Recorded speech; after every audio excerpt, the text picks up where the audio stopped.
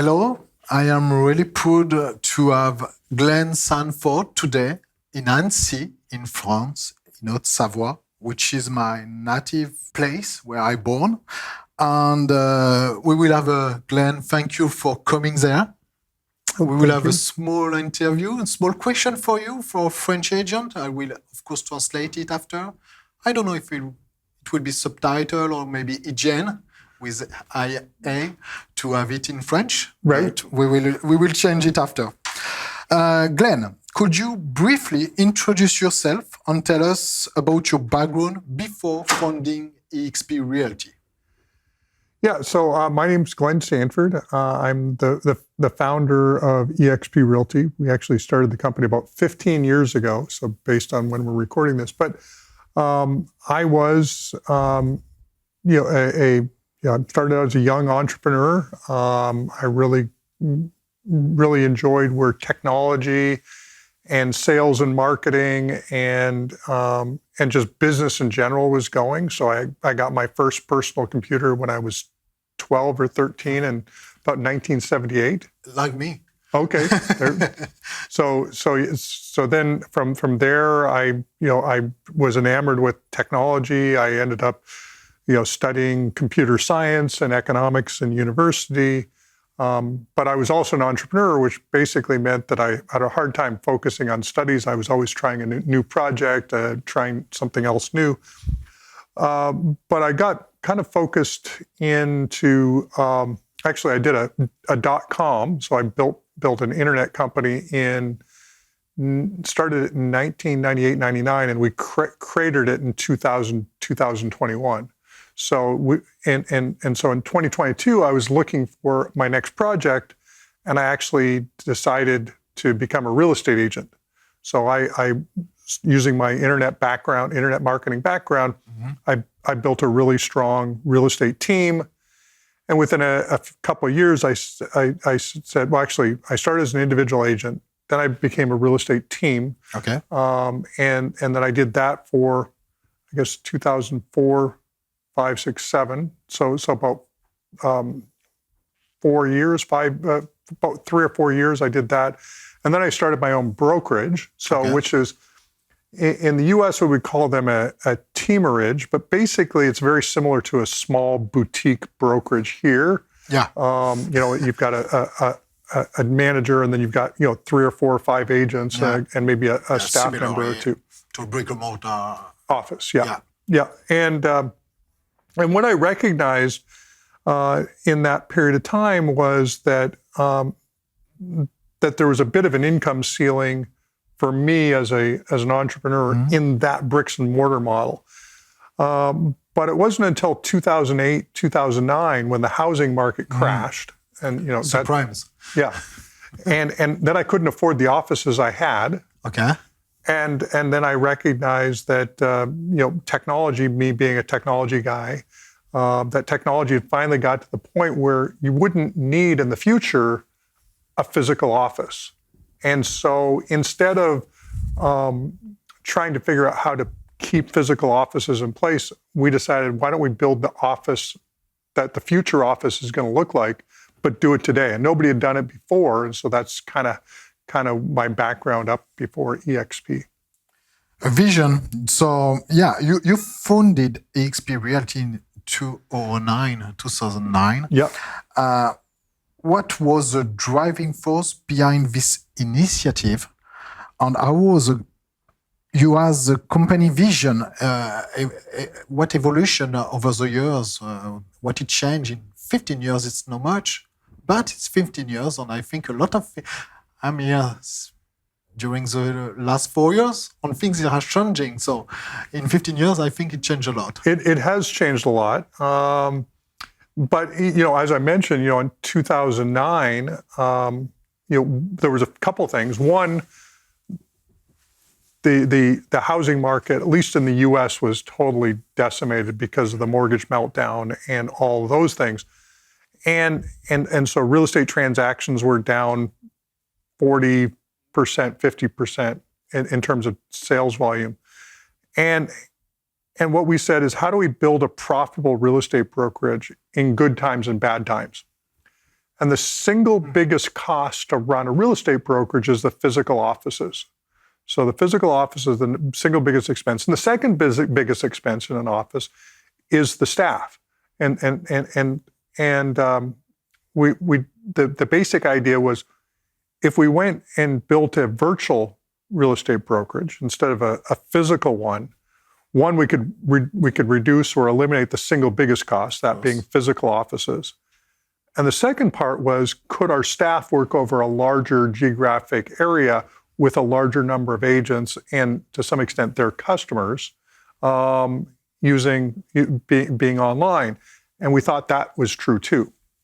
So then the next question was, okay, this makes sense from a business owner's perspective. Okay. But why would it make sense to an agent? Like an agent, agent goes, I need an office. Like that's, you probably still hear that today. Yeah. Probably still hear that today. But we're eager, so yeah. we change it. We change it. Yes, but yes. But less and less. Yeah. And so the thing was, what would it take for me, because I was a top producing agent, what would it take for me as a top producing agent to be willing to move to a company that has none of the stuff that I'm used to? None of the physical offices. I can't walk in an office and see people. And what would it take? Well, first of all, the compensation's got to be good. So, meaning if I'm going to move to a virtual brokerage, I've got to have a competitive cap and split. Doesn't have to be the best, but it has to be good. It can't be. I know that even here in France, there's still a lot of offices are still charging 50-50. Less and less. But there are some. Because company like XP is here on other competitors, so less and less, but yes. And that's an issue for them. Right. Because if they don't have 50, sometimes the margin is not enough, so they can't continue to give services and to give what they need to give. Right. Yeah. No, it changes the landscape a lot, but agents... We are changing the landscape. We are. Yeah, for sure. But you think about it, the agent, at the end of the day, I had a jaded agent hat on, which basically meant that I felt like the office I was working for was getting more benefits in our relationship than I was getting from the office. Okay. And so I would always go, why am I paying the office so much? That was a question why am I paying Keller Williams this much, or why am I paying Berkshire Hathaway this much? Those were the two companies that I had been involved with before, and they weren't providing the value. So I was shopping brokerages based on what I was going to pay them. But then the next part of it is, when I think about my real estate career, ultimately at the end of the day, I am concerned about what I net on transactions or what I can make as a realtor, but I also am thinking about my business on a long-term basis. Like, okay, this year I'm going to pay the brokerage some number. Let's just say 16,000 euros, just for lack of a better. But next year, could I pay them less? Or could I maybe even be so valuable to the brokerage that I'm actually getting paid to be there? And then it's like becomes kind of a totally different thing. So the way we thought about it was, hey, competitive cap and split. I don't know what the cap is here, but in the U.S. it's $16,000. Yeah, we don't speak in France in the cap. We don't speak in company dollar. We are speaking about the GCI of the agent. So it's 80,000. 80,000. 20,000 in company dollar, but 80,000 because it's a 75-25 split. Okay, yeah. So 20,000 euro, 25. 80,000 in GCI, 20,000 in 20,000 euros. So the cap is 20,000 euros. Yeah, exactly. And then you go to 100% for the balance of the year, or less of five. When the company has 20,000, it's 100% for the agent. Right. Just have 250 fees per transaction. Per transaction. Okay. Exactly. Yeah. Perfect. So we did the model together 4 years ago. Oh yeah, exactly. I remember that in the metaverse. So if you think about it, can you find brokerages that charge less? Absolutely. There always is cheaper brokerages out there. And some disappear in the last month. oh, did they? Okay. But there's certainly a lot that charge a lot more. New one is arriving. So. Yeah. But we wanted to have enough money in the 25%, or is it 25%? Yeah, exactly. In the 25%, wanted to have enough in there that we could, one, run the brokerage. Of course. And then two, we wanted to make sure that there was enough money in there for the agents who wanted to help grow the brokerage to financially incent them to help us grow the brokerage. So if you look at it, of that 25%, 10% of that gets paid back to the agents in the form of revenue share.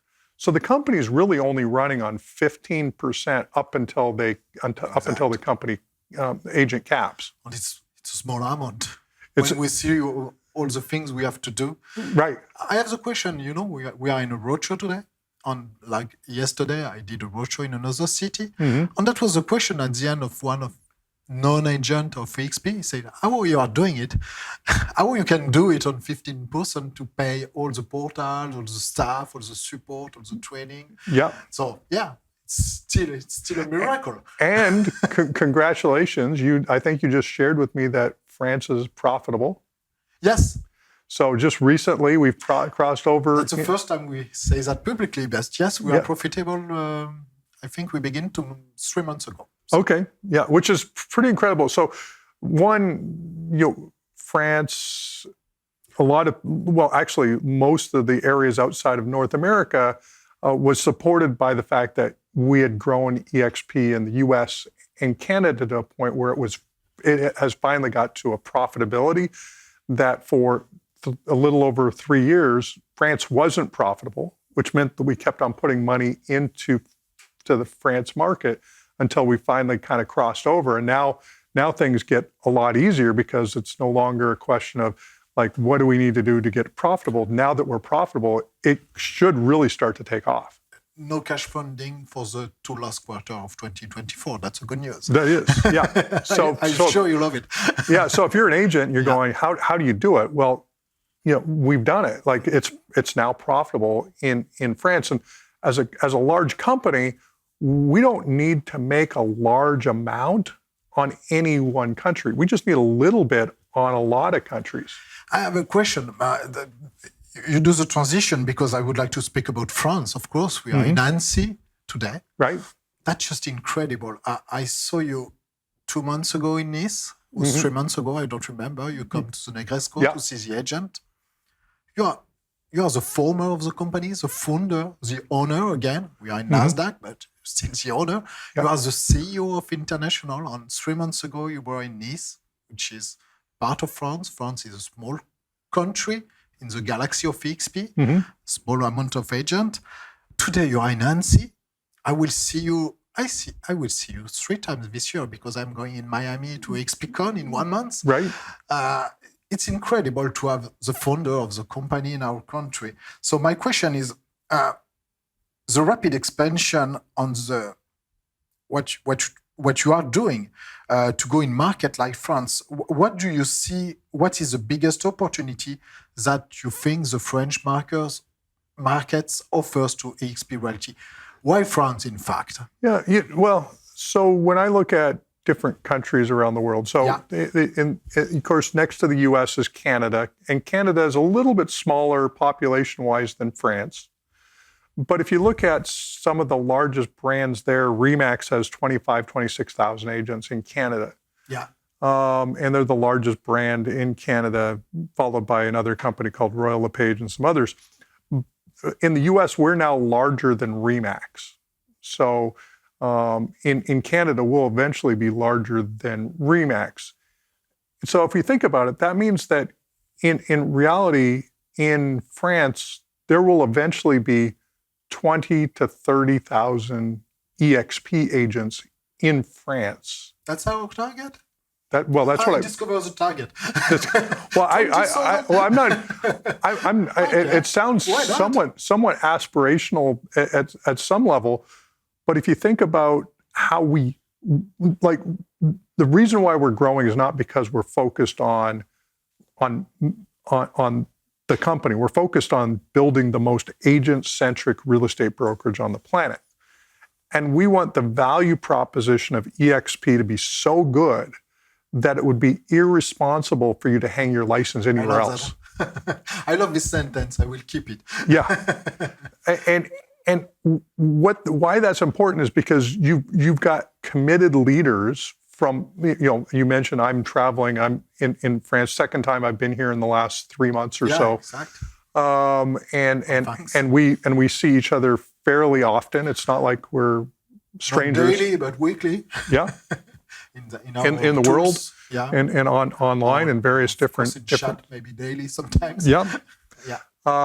So we're highly engaged, but we're engaged on the singular mission of building the most agent-centric real estate brokerage on the planet. That's not to say that in the background there aren't some conversations about profitability and agent count. But the more important question is, what are we doing today to make the business better for the agent? Because we know if we make it really good for the agent, then we don't have to go out and recruit anybody. The model itself will attract them. I feel that, of course, at the beginning, nobody knows the XP.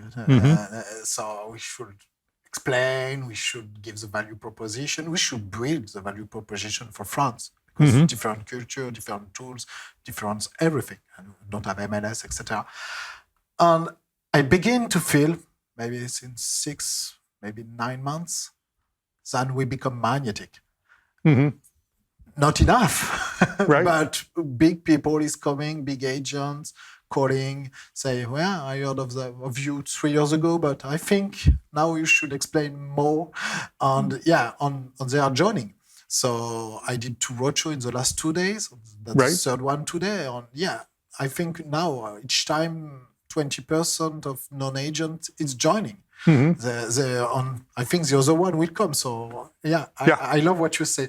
Maybe not the last question, but we arrive at the end. If you could just speak a little bit about culture and community, because I think it's really important. The culture of EXP reality. Right.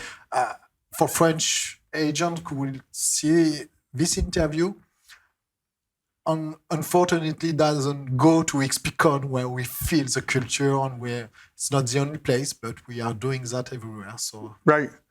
Yeah, so the way we've designed the compensation plan around EXP, one, obviously, we have the competitive cap and split model, which we talked about, and then we have the ability to earn income from helping the brokerage grow. So that's our revenue share program.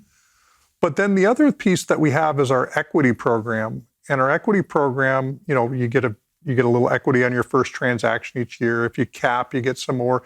If you're an icon, you get your cap back in the form of equity or an incredible part of our program. And part of that also is embedded, and this is really the top 2 to 3% of agents in a market. So those are the icons. But they're part of them getting their equity back is them actually sharing what they know and what's working for them with the other agents in the market. So your top producers at EXP are financially incented to actually share. But they're also, everybody in EXP can become an equity shareholder or a larger shareholder. One, you can go and just buy the stock because we're a publicly traded company. But the other part, you get a little bit of stock through the equity programs. And if you think about it, once you become an owner, then you want the company to get better. Because that increases the value over time of that equity, that asset for you as an individual agent. And so that the ownership and compensation fosters collaboration. And then what we do is we build lots of tools to make sure that people can collaborate. You'll hear a little bit about this next year. But we've been using a platform called Workplace by Meta, Facebook, and that's been used. But they're shutting that platform down next year. So we're building all of the Discord communities, and I say communities because my guess is the Discord server will be entirely in French. Like, Yes. Right now, if you go to a workplace, it's it's not language specific. Now you can read some stuff that's translated, but it's not your community from a language and cultural perspective. But we'll have multiple servers where you'll be able to jump into various different groups and all kinds of cool things. My last question will be on innovation, but before that, just share with everyone. Daily. You are the guy on Discord, for example, but it's just an example. You are the guy who is saying to Samuel, to Christy, to I don't know, how we are doing things. So you are the CEO, the founder of the company, but you know better than everyone what we should do, how we should give the access, etc. That's incredible. That's just incredible. My last question, Glenn. It's about innovation, especially for France, but of course it's global, it's international, it's US. But what is the next step of innovation, if you can have just a word of that? We are, I would say that October of 2022 was a change in how we all work. Now, we'll look back at that date because that was when OpenAI created ChatGPT and released it to the world. I am fan. Yeah. And everybody had been talking about AI and how it was going to make changes. But until we had these large language models with 3.5, now 4.0, and then we've got Claude, and we've got all these other different AI We have some platforms. French one also. And I'm sure. Yeah. Mistral. Yeah. Not so And, bad. and you think about the fact that you now have digital teammates that you can make part of your team to help you do things. And you think about how how that's going to empower all kinds of stuff. We're a fairly large organization. In real estate, we're a large organization. The largest? The largest. But when you get large, a lot of times you get bureaucracy creep, you get all of this stuff. But with AI, it's going to empower us to innovate faster, deploy faster, communicate faster, solve challenges faster, and basically rebuild from the inside out the most innovative, culturally oriented brokerage on the planet. And that's kind of what we're in the middle of doing right now. Yeah, and thank you for that. Yeah, AI is help me to do that, to prepare the question, but we are daily user of AI. You are daily user, I am daily user, and I think all the staff and now the agent, because we are explaining that we can't continue without AI. It's not a choice. I think it's not a choice. Thank you very much, Glenn. If you would like to have a word of conclusion. Yeah, no, it's first, thanks for spending time with me and hosting and doing those things. But at the end of the day, as I mentioned, we're building the most agent-centric real estate brokerage on the planet. We're now the largest single real estate brokerage in the world. Internationally, we're growing 50% year over year growth rate. I mean, we're growing like a hockey stick. And we're adding more countries. We've got another one that we're getting ready to launch here in the European area in the next little bit. We've got another one. That before we speak on. Well, I'm sure it'll get out. It's pretty hard to keep a secret around here. We've got another one in South America that we're in the process of launching. We've got a few others that are sort of in different in places. And good for French agents because we have a lot of links with one of those. Okay. Yeah. Just giving this information. Yeah. So there's a lot of stuff going on. And you get to sort of roll your sleeves up in a different way at EXP than you will at any legacy brokerage. And so it's a lot of fun. I think what you'll find is that our agents have more fun, they make more money, and they build really unique relationships all over the world because of the platform that EXP has. So I'm super proud of what we've built so far. And 15 years in, I can't wait to see what we do in the next 15. Yeah, of course. Thank you very much, Glenn. Thank you for your support.